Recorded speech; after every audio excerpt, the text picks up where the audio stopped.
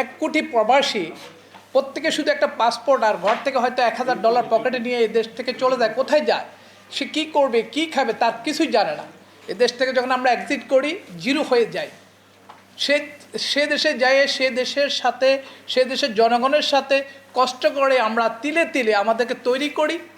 আমরা স্ট্রাগল করে আমাদের প্রবাসীরা কর্মের ব্যবস্থা করি, রিজিকের ব্যবস্থা করি, এবং আমাদের বাংলাদেশের ফ্যামিলি, আমাদের সদস্যদের জন্য আমাদের যোগ্যতা অনুযায়ী আমাদের ফ্যামিলির ভালোবাসা ছেড়ে, মায়া মমতা ছেড়ে, আমাদের সামাজিক কালচার আমরা বিসর্জন দিয়ে, আমাদের অন্তরের ভালোবাসাগুলোকে আমরা বিসর্জন দিয়ে আমরা প্রবাসে থাকি।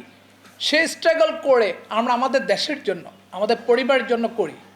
কিন্তু দুঃখের বিষয় হলো, আমাদের গভর্নমেন্টের প্রবাসীদেরকে নিয়ে আপনাদের কাছে সবচেয়ে দুঃখের ব্যাপার হলো, আমাদের এই বাইরে যার প্রবাস থেকে আসছে, অনেকে রাস্তা দিয়ে ধরে নিয়েছে, তার পকেটে 10টা টাকা ছিল না, 6 মাস জেল কাটছে, এয়ারপোর্টে আসছে, একটা বন্দাকে 1 গ্লাস পানি দেয় নাই, কেউ বলে নাই যে তুমি কষ্ট করে জেল থেকে আসছো, দেশের জন্য কষ্ট করছো।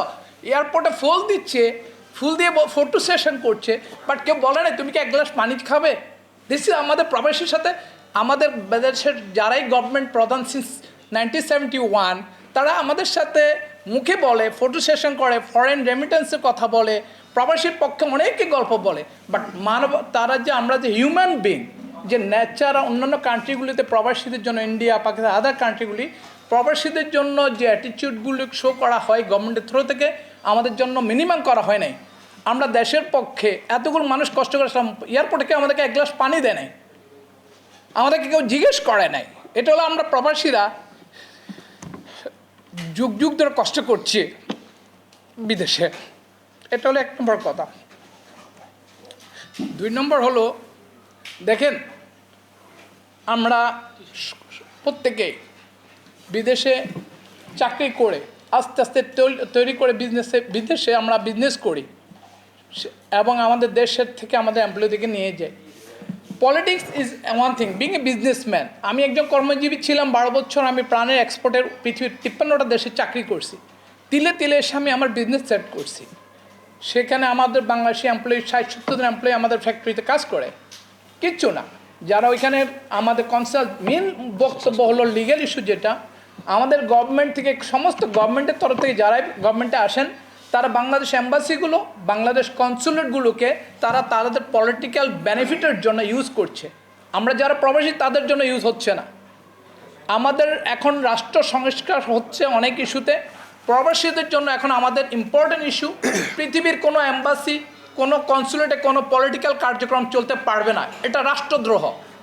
আমরা যারা প্রবাসী আছি তারা ওইখানে কষ্ট করে, আমাদের কনসুলেটের রেসপন্সিবিলিটি হলো 3 উইংস, আমাদের লেবারদেরকে সার্ভিস দেওয়া, বিজনেস উইংসের কার্যক্রম হলো আমাদের বিজনেসের সাপোর্ট দেওয়া। আমাদের বিজনেস উইংস স্যালারি নিচ্ছে, বাট আমাদের পৃথিবীর কোনো এম্বাসি এবং কনসুলেট আমাদের বিজনেস উইংসের কোনো কার্যক্রমে আমাদেরকে সহযোগিতা করছে না। আমাদের বাংলাদেশের কোনো এম্বাসি কনসুলেটে কোনো লিগ্যাল উইংস নাই। তারা মুখে বলে আমরা লিগ্যালি অনেক কিছু করি, বাট আমিরাতে আমাদের 7 লক্ষ বাংলাদেশি, ইভেন মোর দেন, এম্বাসির পক্ষ থেকে কোনো লিগ্যাল ইস্যু, পুরো মিডল ইস্টে কোনো লিগ্যাল ইস্যু আমাদের বাংলাদেশিদের পক্ষে, প্রবাসী বাংলাদেশের পক্ষে করে না। পৃথিবীর কোথাও কোনো এম্বাসি আমাদেরকে সাপোর্ট দিচ্ছে না, বাংলাদেশ এম্বাসিগুলো। সো আমাদের গভর্নমেন্টের কাছে প্রথম রিকোয়েস্ট, রাষ্ট্রীয়ভাবে আমাদের আইন করে পরবর্তী যে জেনারেশন গভর্নমেন্টে আসুক, তারা বাংলাদেশের রাজনীতি করেন। আমাদেরকে বিদেশে যারা আমরা প্রবাসী আছি, আমাদেরকে আমাদের কর্ম করতে দেন, আমাদেরকে বিজনেস করতে দেন, বাংলাদেশ উন্নয়নে আমাদেরকে সহযোগিতা করেন। আপনারা আইন করেন যেন বাংলাদেশে কোনো এম্বাসি এবং কনসুলেটে কোনো পলিটিক্যাল কার্যক্রম না হয়। এটা হলো আমার প্রথম দাবি। নাম্বার 2, আমরা যারা বিদেশে আছি, আমাদের বাংলাদেশ এয়ারপোর্টে সবাই ফটো সেশন করে, সবাই বলে যে আমরা অনেক কার্য করছি, কিন্তু বাংলাদেশের আইনগত অনেক কারণে আমাদের অনেক বাংলাদেশি জেল খেটে হোক, বিজনেস লস করে হোক আসে, কিন্তু আমাদের বাংলাদেশ এয়ারপোর্টে এই যারা ক্ষতিগ্রস্ত, তার পকেটে 10টা টাকা নেই বাড়িতে যাওয়ার জন্য, সহযোগিতা করার জন্য, তার বাড়িতে পৌঁছার জন্য তাকে সাপোর্ট দেওয়ার মতো কোনো উইংস এখানে নাই। এই জিনিসগুলো আমাদের ডেভেলপ করতে হবে। আর আমাদের যারা ক্ষতি করছে ইন্টেনশনালি, আমাদের পররাষ্ট্র মন্ত্রণালয় এবং ওইখানকার পলিটিক্যাল যে পার্টিগুলো আমাদের ক্ষতি করছে, তাদের লিস্ট করে তাদের বিরুদ্ধে গ্রেপ্তারি পরোয়ানা জারি করা হোক।